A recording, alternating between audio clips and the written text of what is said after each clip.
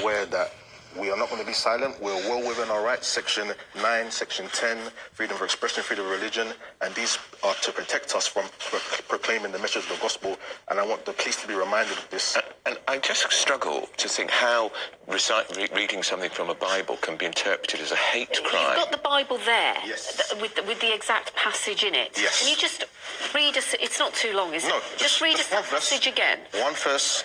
The book of John, chapter 3, verse 16, the Bible says, "For God so loved the world that he gave his only begotten Son, that whoever believes in him shall not perish, but have everlasting life." I don't see that as a hate crime. No. I see it as a message of love to whoever believes will not perish, but have everlasting life. It's a beautiful message. Do you feel, as a Christian pastor, increasingly that people are trying to marginalise or even persecute? I feel there's a two-tier system. So when it comes to Christians, like you said, they're trying to marginalize, they're trying to silence us. But when it comes to other groups, they're allowed to express their religion loud and clear. But when a Christian comes on the street and begins to present the gospel, there's a problem. I say the football fans are not ashamed to lift up their football teams.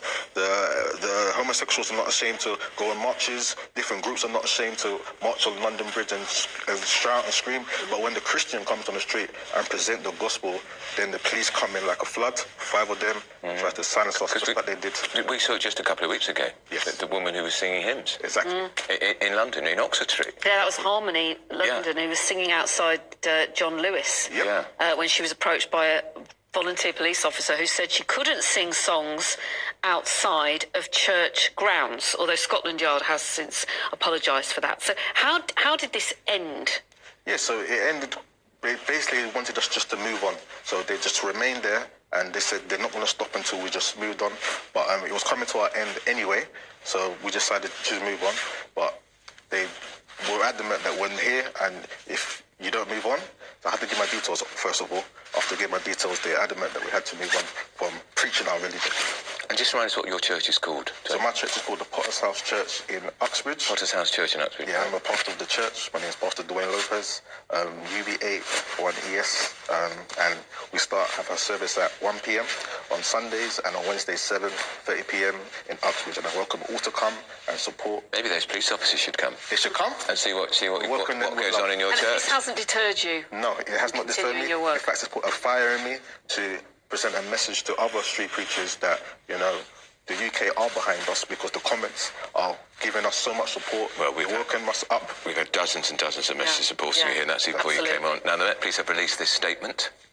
And it says that officers were responding to a report from a member of the public that a group of people were making racist and homophobic comments.